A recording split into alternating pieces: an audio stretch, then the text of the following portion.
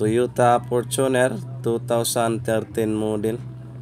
So rescue operation tayo ngayon.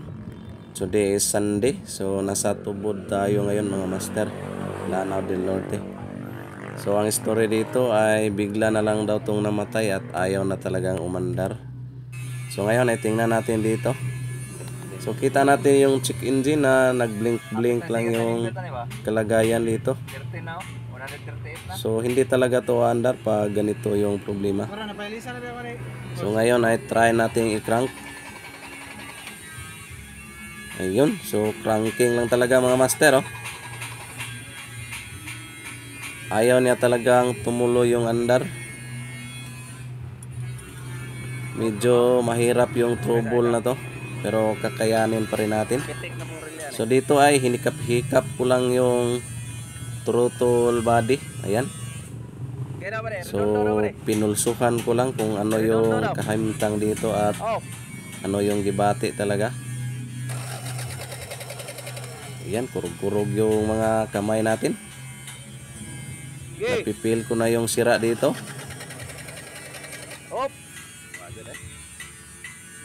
So wala talaga. So dito tayo sa loob.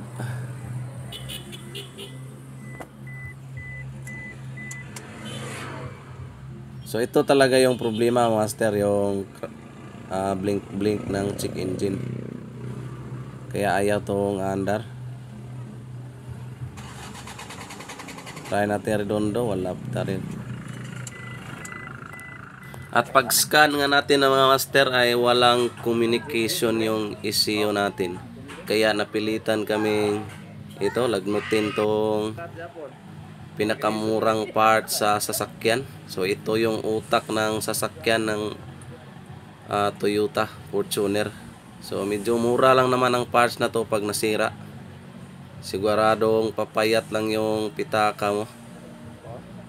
So ito, nabuksan na natin. So wala namang sunog dito, pero pag tingin ko sa kabila ay may nakita talaga akong parang sign talaga na magpalit tayo ng bago.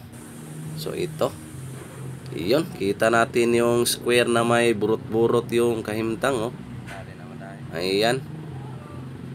So pag ganito yung problema ay kailangan natin tong palitan. So ito na yung ipapalit natin. So surplus. So shout out sa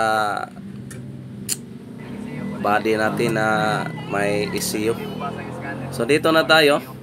Ayun, oh, kita natin na may check engine na. So ibig sabihin ay 100% na aandar na to. So ito yung luma. At yun naman yung kinabit natin. So ngayon ay try na natin tong paandarin kung nakuha ba natin. Off. Start. Yun, oh. One click. So nakachamba tayo ngayon mga master. So kita natin dito na walang nakailaw na check engine. So normal lang yan. So RPM check. Yun, oh. Pumalo talaga. So ibig sabihin ay ang sira talaga yung ECU mga master. Dahil chinik natin yung mga fuse, buo naman lahat. Pero bakit nag-blink yung check engine? So ibig sabihin, so siya yung may sira. Kaya pala hindi ma-communicate sa scanner natin. So may nag-scan na rin dito at ang sabi talaga ay error daw yung lalabas. Siyempre, error talaga dahil yung kalagayan ng check engine ay nag-blink. So sira kasi yung ECU kaya hindi ma-communicate.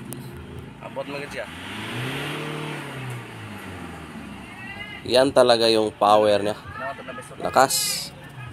So ngayon ay patakbuhin natin to kasi baka biglang mamatay to at maulaw-ulawan tayo. Good job daw.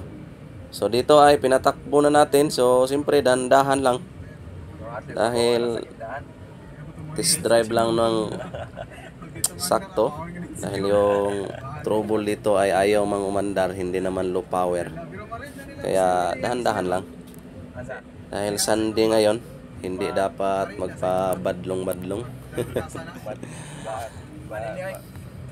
So isasali pa rin natin yung pag test drive natin sa video para hahaba naman ng konti yung content natin. So maraming salamat nga pala sa 325. Yay, medyo malapit na nating maabot yung require ni YouTube na 1,000 subscriber. So pa dahan-dahan lang tayo at maabot din natin yan. So sa mga solidong sumusuporta, huwag kayong mag-alala dahil may pa rapol-rapol din tayo pag nabigyan na tayo ng sweldo ni YouTube. So alright. So ayun mga master, so pinatakbo na natin. So goods na.